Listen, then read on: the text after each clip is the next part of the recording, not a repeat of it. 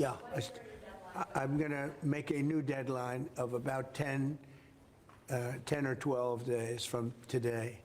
There's no reason in waiting. There's no reason in waiting. It's 50 days. I want to be generous, but we just don't see any progress being made. Welcome. Takulandira ndithu pa Malawi Cameras. Tipasanepo update ya ku Russia. Pakati pano akuluakulu tinene motsindika pano kuti nkhondo ya Ukraine Ukraine sizathera bwino. Like sizathera bwino completely. Chifukwa nazi zimene zikuchitika. Mundikhulupirira. Koma pero vino kwa video iyi mundikhulupirira.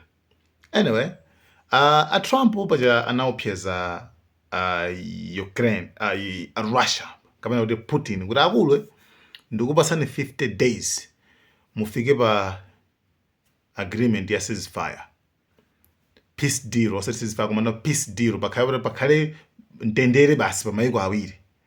Zimene mufune musafune, zimene zichitike. Okay. Nde zinapeza kuti arangotero Russia inapitiriza kutibula. Koma sanayikire pompo. Koma patafika point yonena kuti Ukraine yasowa chochita. Zithandizo sizikubwera. Ma air defenses akabwera kuphulitsidwa. Kenako kuso kumanaso ndi mavuto soyenaso. Zinapeza kuona kuti Ukraine inaziyepesa naso pano nkubwera kuuza a Putin kuti akule ati ndikhale pasi. Ataona zonse kuti azungu asandithandizawa. Anauza kuti yakule ndikhale pasi tikambirane pa nkhani. Chifukwa hayi ndithu. Kuteloko nkuti Russia nkhope itafira. Itakhumudwa kwambiri itapsa mtima ndi Ukraine pa zimene inapanga popanga attack Moscow, capital city. Capital city ija imene Trump kumuletsa Zelensky kuti kumeneko kusagundeko, kumeneko musapange kwa attack. Koma iye anakapanga kwa attack.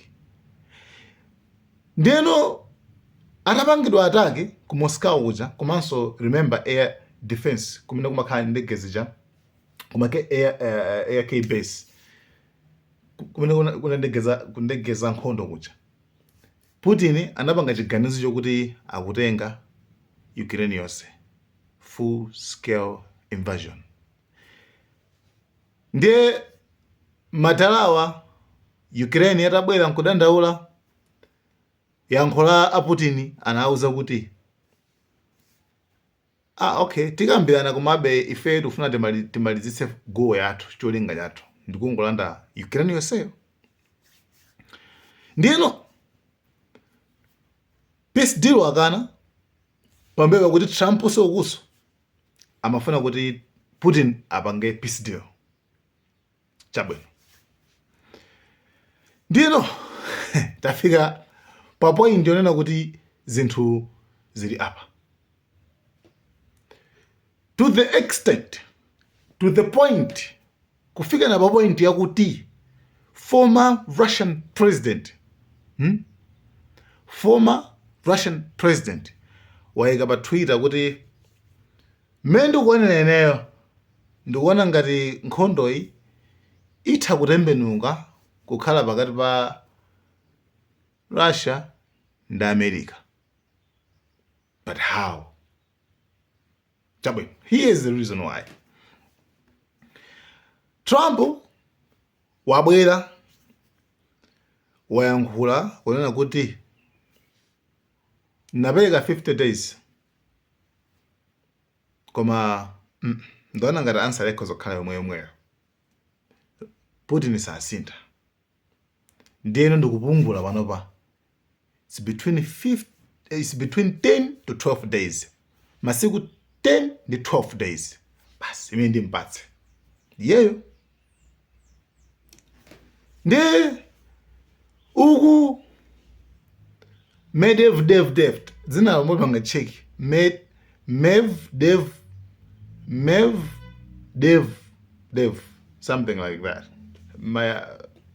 oyankhulira akuluakulu majina nduna za imodzi mwa nduna za Russia yanena kuti akulu Russia si Israel komanso Russia si Iran.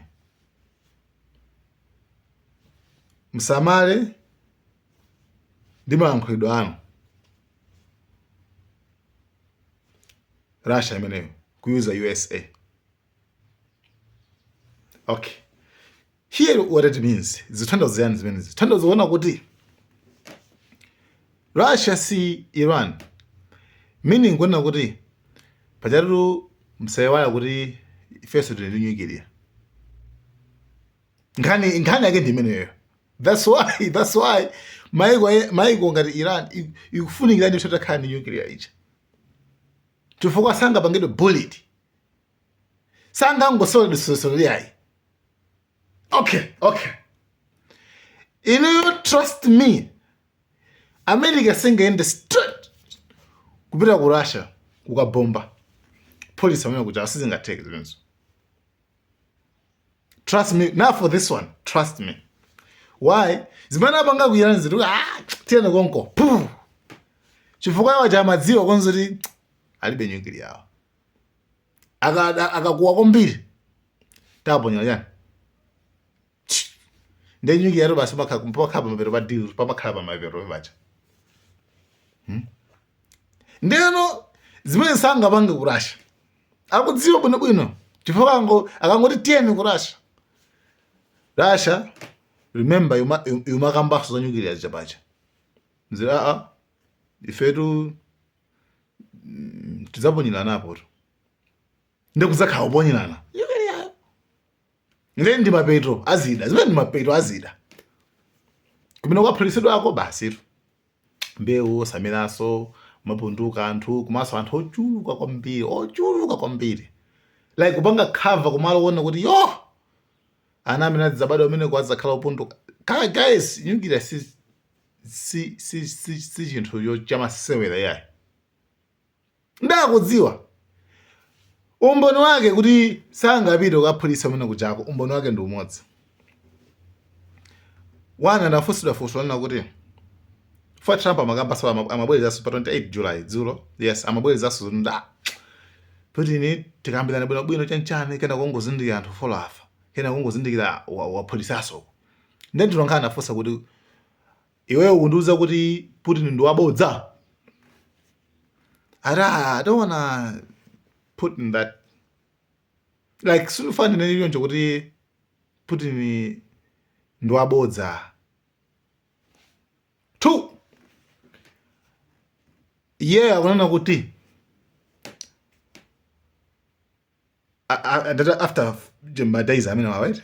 Akunena kuti ineyo ndikuona ngati kuti apapa akapanda kupanga peace deal akapanda kugwirizana ndi nkhondo akapanda kutha sakunena kuti tipita kampolisa yayi kabaletane. Akunena kuti tapatsa secondary tariffs. Tapatsa misonkho. Tapatsa misonkho yo amene wa Russia tapatsa misonkho. Okay. Misonkho ya amene bane tapatsa misonkho. Komanso kumapitiliza kuti komanso you know what I don't want to do that. I love Russian people. Don't want to do that. Amakona nthawi Russia. Trump amakona nthawi Russia. Sangapanga zimene zonse. This is a clear, like, you guys can just read between the lines. Mungu werenga between the lines. Connect the dots. Mupeza kuona kuti no. Palibe chimene chingachitike. Chifukwa Russia amakayophiza ndi zimene zozo si chinthu choti Russia ingapange. Russia ikufuna kuti ino muziona kuti tibwe tidzapulitsa. Ndi Russia sayikuuza ndizoti tidzapulitsa. Ndifake nayo sokophiza kuti si Iran itu inoto. Ino isi Iran itu. That's why I'm saying kuna kuti Ukraine now. Ukraine amangogwisidwa ntchito. amangogwirisira ntchito ndithu. Anzawo awa suti angathandizenso kwenikweni apa, sangapitirire apapa. Pakadali pano Russia yaphulitsa Ka base ya Ukraine. That means Ukraine inapanga zomwezo ku Russia, ataphulitsa ndege za nkhondo zikuja nayenso Russia yapanga zomwezo ku Ukraine. Yaphulitsa ndithu moti mafighter jets chanchane aziphulitsa. Ndenkhani ili pano ndimeneyi tamvana amene popo sitizozoti ya 10 days 12 days wana kuti arani, koma kuti koma nkhondo ikafika pa zida America, trust me, singanyamuke kuti anthu akaphulitsa Russia. Chimene chingasiyitsewo ndi chinthu chimodzi, chifukwa Putiniyo ali ndi nyuwikiriya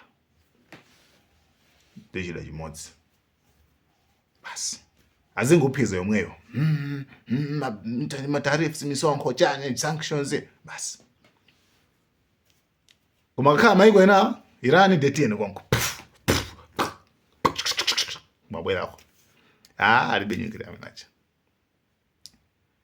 That's why kwa amene aliyense amene afuna kupulumuka ku bullying America raweno kandiani kandi nyuwikiriya. Anyway, guys, thank you so much. The update yambirira ya lero tikupatsanso ni ma update ena the rest of the day. Guys, thank you so much. Malawi and cameras. So what I'm doing is we're going to do secondary sanctions unless we make a deal, and we might make a deal. I don't know. You don't know. It's we've done so many peace deals. This is the one I started out with, and I know President Putin called me. He wanted to know if I could help him with Iran. I said, no, I don't need your help with Iran. I need your help with Russia. And so that's the one deal that continues to linger. You would think, based on common sense, you would think he'd want to make a deal. We'll find out. Well, I don't want to use the word lying. All I know is we'd have a good talk, and it seemed on, let's say, 3 occasions, it seemed that we were going to have a ceasefire and maybe peace, and you divide it up and you do whatever you have to do, that obviously to get to the end. And all of a sudden, missiles are flying into Kiev and other places. And I say, what's that all about? I spoke to him 3-4 hours ago, and it looked like we were on our way. And then I'd say, forget it, and I'm not going to talk anymore. This has happened on too many occasions, and I don't like it. I don't like it.